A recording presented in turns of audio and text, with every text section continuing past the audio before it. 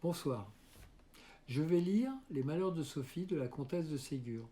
Ce qui est bien dans ce livre, c'est que chaque chapitre est comme une petite histoire avec sa moralité. Ça s'adresse aux enfants.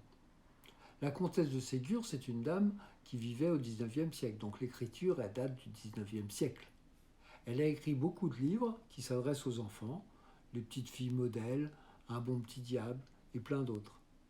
Moi, je lisais Les Malheurs de Sophie à ma fille chaque soir pour l'endormir et ça lui a donné le goût de la lecture.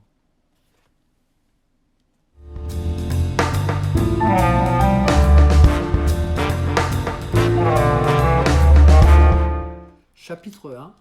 La poupée de cire. Ma bonne, dit un jour Sophie en accourant dans sa chambre. Venez vite ouvrir une caisse que papa m'a envoyée de Paris. Je crois que c'est une poupée de cire car il m'en a promis une. La bonne, où est la caisse? Dans l'antichambre, venez vite ma bonne, je vous en supplie. La bonne posa son ouvrage et suivit Sophie à l'antichambre. Une caisse de bois blanc était placée sur une chaise. La bonne l'ouvrit. Sophie aperçut la tête blonde et frisée d'une jolie poupée de cire. Elle poussa un cri de joie et voulut saisir la poupée qui était encore couverte d'un papier d'emballage. La bonne, prenez garde, ne tirez pas encore, vous allez tout casser. La poupée tient par des cordons. Sophie, cassez-les, arrachez-les. Vite ma bonne, que j'ai ma poupée.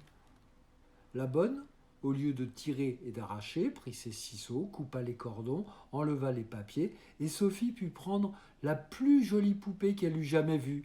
Les joues étaient roses avec des petites fossettes, les yeux bleus et brillants, le cou, la poitrine, les bras en cire charmants et potelés. La toilette était très simple, une robe de percale festonnée, une ceinture bleue, des bas de coton et des brodequins noirs en peau vernie. Sophie l'embrassa plus de 20 fois, et la tenant par ses bras, elle se mit à sauter et à danser. Son cousin Paul, qui avait 5 ans et qui était en visite pour quelques jours chez Sophie, accourut au cri de joie qu'elle poussait. Paul, regarde, quelle jolie poupée m'a envoyé papa, s'écria Sophie. Paul, donne-la-moi que je la vois mieux. Sophie, oh non, tu la casserais. Paul, je t'assure que j'y prendrai bien garde, je te la rendrai tout de suite. Sophie donna la poupée à son cousin en lui recommandant encore de bien prendre garde de la faire tomber. Paul la retourna, la regarda de tous les côtés, puis la rendit à Sophie en secouant la tête. Pourquoi secoues-tu la tête, Paul? Parce que cette poupée n'est pas solide, je crains que tu ne la casses.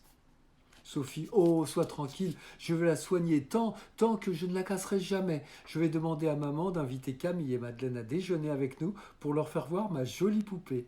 Paul, elles te la casseront. Sophie, non, elles sont trop bonnes pour me faire de la peine en cassant ma pauvre poupée. Le lendemain, Sophie peigna et habilla sa poupée parce que ses amis devaient venir. En l'habillant, elle la trouva pâle. Peut-être, se dit-elle, a-t-elle froid? Ses pieds sont glacés. Je vais la mettre un peu au soleil pour que mes amis voient que j'en ai bien soin et que je la tiens bien chaudement.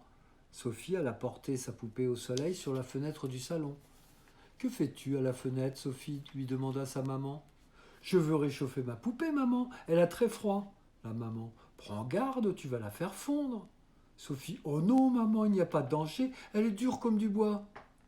La maman, mais la chaleur la rendra molle, il lui arrivera quelque malheur, je t'en préviens. Sophie ne voulut pas croire sa maman. Elle mit la poupée étendue de tout son long au soleil qui était brûlant. Au même instant, elle entendit le bruit d'une voiture. C'étaient ses amis qui arrivaient. Elle courut au-devant d'elle. Paul les avait attendus sur le perron. Elles entrèrent au salon en courant et parlant tout à la fois. Malgré leur impatience de voir la poupée, elles commencèrent par dire bonjour à Madame de Réan, maman de Sophie. Elles allèrent ensuite à Sophie qui tenait sa poupée et la regardait d'un air consterné. Madeleine, la poupée est aveugle, elle n'a pas d'yeux. Camille, quel dommage, comme elle est jolie. Madeleine, mais comment est-elle devenue aveugle? Elle devait avoir des yeux. Sophie ne disait rien. Elle regardait sa poupée et pleurait. Madame de Réan, je t'avais dit, Sophie, qu'il arriverait malheur à ta poupée si tu t'obstinais à la mettre au soleil. Heureusement que la figure et les bras n'ont pas eu le temps de fondre. Voyons, ne pleure pas.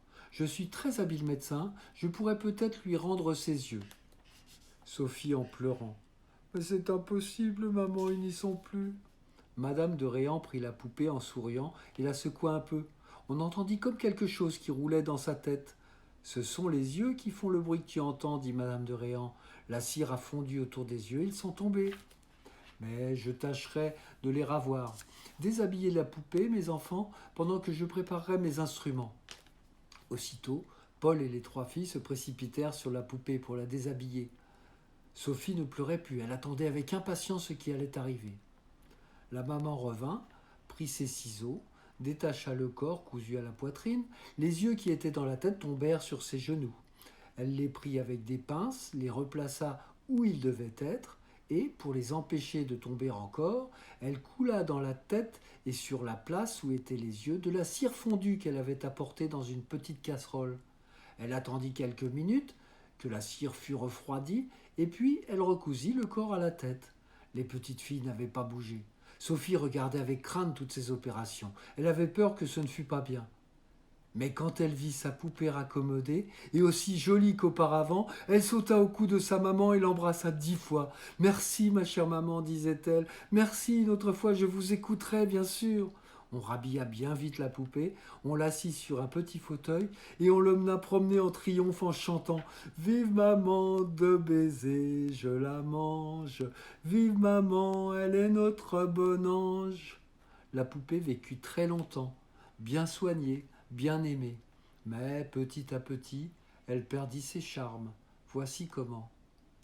Un jour, Sophie pensa qu'il était bon de laver les poupées, puisqu'on lavait les enfants. Elle prit de l'eau, une éponge, du savon, et se mit à débarbouiller sa poupée. Elle la débarbouilla si bien qu'elle lui enleva toutes ses couleurs. Les joues et les lèvres devinrent pâles comme si elle était malade, et restèrent toujours sans couleur. Sophie pleura, mais la poupée resta pâle. Un autre jour, Sophie pensa qu'il fallait lui friser les cheveux. Elle lui mit donc des papillotes. Elle les passa au fer chaud pour que les cheveux fussent mieux frisés. Et quand elle lui ôta ses papillotes, les cheveux restèrent dedans. Le fer était trop chaud. Sophie avait brûlé les cheveux de sa poupée qui était chauve. Sophie pleura, mais la poupée resta chauve. Un autre jour encore, Sophie, qui s'occupait beaucoup de l'éducation de sa poupée, voulut lui apprendre à faire des tours de force. Elle la suspendit par les bras à une ficelle.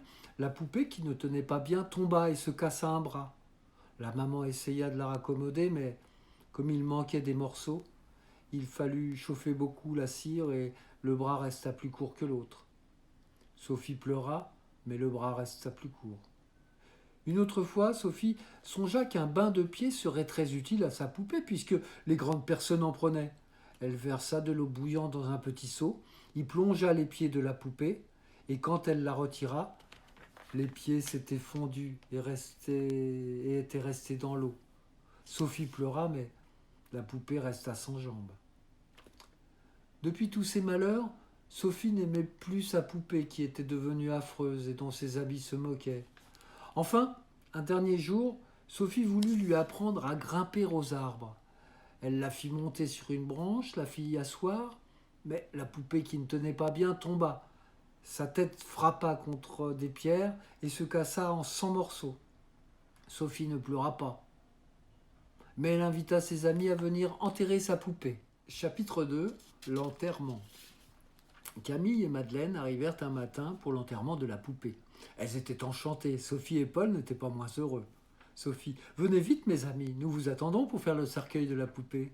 Camille: dans quoi la mettrons-nous? Sophie: j'ai une vieille boîte à joujoux, ma bonne l'a recouverte de percale rose. C'est très joli, venez voir. Les petites coururent chez Madame de Réan, où la bonne finissait l'oreiller et le matelas qu'on devait mettre dans la boîte. Les enfants admirèrent ce charmant cercueil. Elles y mirent la poupée, et pour qu'on ne voie pas la tête brisée, les pieds fondus et le bras cassé, elles la recouvrirent avec un petit couvre-pied de taffetas rose. On plaça la boîte sur un brancard que la maman leur avait fait faire. Elles voulaient toutes le porter. C'était pourtant impossible, puisqu'il n'y avait de place que pour 2. Après qu'ils se furent un peu poussés, disputés, on décida que Sophie et Paul, les 2 plus petits, porteraient le brancard, et que Camille et Madeleine marcheraient l'une derrière l'autre devant, portant un panier de fleurs et de feuilles qu'on devait jeter sur la tombe. Quand la procession arriva au petit jardin de Sophie, on mit par terre le brancard avec la boîte qui contenait les restes de la malheureuse poupée. Les enfants se mirent à creuser la fosse, ils y descendirent la boîte, jetèrent dessus des fleurs et des feuilles, puis la terre qu'ils avaient retirée. Ils ratissèrent proprement tout autour et y plantèrent 2 lilas. Pour terminer la fête, ils coururent au bassin potager et y remplirent leurs petits arrosoirs pour arroser les lilas. Oh, ce fut l'occasion de nouveaux jeux, de nouveaux rires, parce qu'ils s'arrosaient les jambes, qu'ils se poursuivaient et se sauvaient en riant et en criant. On n'avait jamais vu un enterrement plus gai. Il est vrai que la morte était une vieille poupée sans couleur, sans cheveux, sans jambes et sans tête, et que personne ne l'aimait ni ne la regrettait. La journée se termina gaiement, et lorsque Camille et Madeleine s'en allèrent, elles demandèrent à Paul et à Sophie de casser une autre poupée pour pouvoir recommencer un enterrement aussi amusant.